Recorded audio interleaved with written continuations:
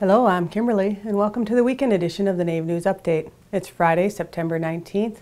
Many of the stories you hear here can be found at IndianCountryNews.com. Here's the news for today from the Associated Press and other Native news sources. Seattle, Washington, named after a Native American tribal chief, is set to become the next major U.S. city after Minneapolis, Minnesota, to officially change the name of a federal holiday that celebrates Christopher Columbus's 15th century arrival in the Americas. The Seattle City Council on September 17th set an October 6th vote to redesignate the second Monday of October as Indigenous Peoples Day. The measure has broad approval in the 9-member council and is expected to pass. According to the Seattle Human Rights Commission, the name change would acknowledge that Native Americans were already living in the Americas before the Italian explorers' arrival. Should the measure pass, Seattle would become the second major city after Minneapolis to officially change the state name of Columbus Day, which became a U.S. federal holiday in 1937.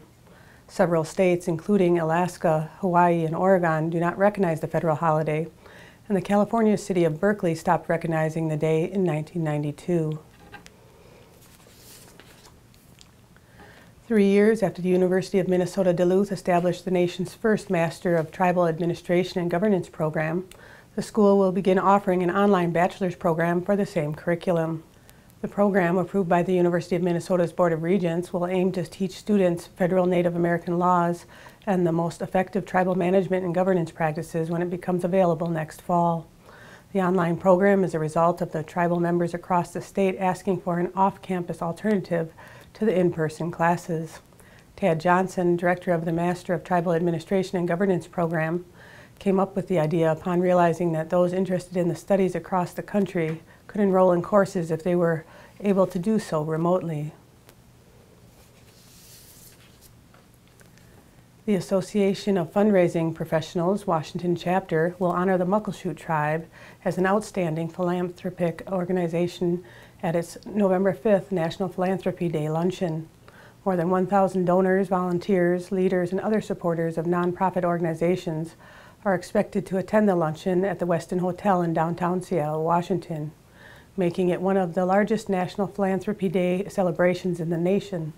Since opening its Auburn casino in 1995, the Muckleshoot have donated more than $17 million to hundreds of schools, churches, hospitals, and charities throughout the state of Washington.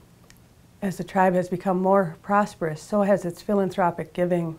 Last year, it donated time and money to nearly 250 organizations. It has been instrumental in supporting Native American students at the University of Washington and for spearheading conception and building of the new intellectual house, a longhouse-style gathering place, to be opened in 2015. A Native American quill worker from Petoskey, Michigan, received the nation's highest honor in the folk and traditional arts. Yvonne Walker Keshick was designated a National Heritage Fellow by the National Endowment of the Arts at the Library of Congress in Washington, D.C. Keshick's work reflects natural and cultural images decorated with quills. She teaches the art form and played a key role in the successful campaign in the 1980s to have her Odawa tribe recognized by the federal government. Michigan State University Museum honored Keshick in 1982 with a Michigan Heritage Award, and her work is also in a collection at the National Museum of the American Indian. At the Ryman Auditorium in Nashville, Tennessee on September 17th, the Americana Music Association gave Loretta Lynn a Lifetime Achievement Award for songwriting, honoring her as a pioneer among female songwriters. Lynn first performed at the Ryman almost exactly 54 years ago. At the time, it was home to the Grand Ole Opry. Her performance came decades before Americana music emerged as a radio format in the 1990s. Americana is a broad title that includes genres like bluegrass, blues, R&B, and folk, and the Queen of Country Music says when she found out she was getting this award, she thought they were honoring the wrong person. Still, she said she was proud to accept it, and she took to the Ryman stage once again, singing her classic Coal Miner's Daughter. The 82-year-old told the audience that her tour bus was waiting outside. She was about to drive 800 miles overnight to play in Iowa the next day. And that's another roundup of news from Indian Country on this edition of the Native News Update. I'd like to thank you for joining me, and have a grand day.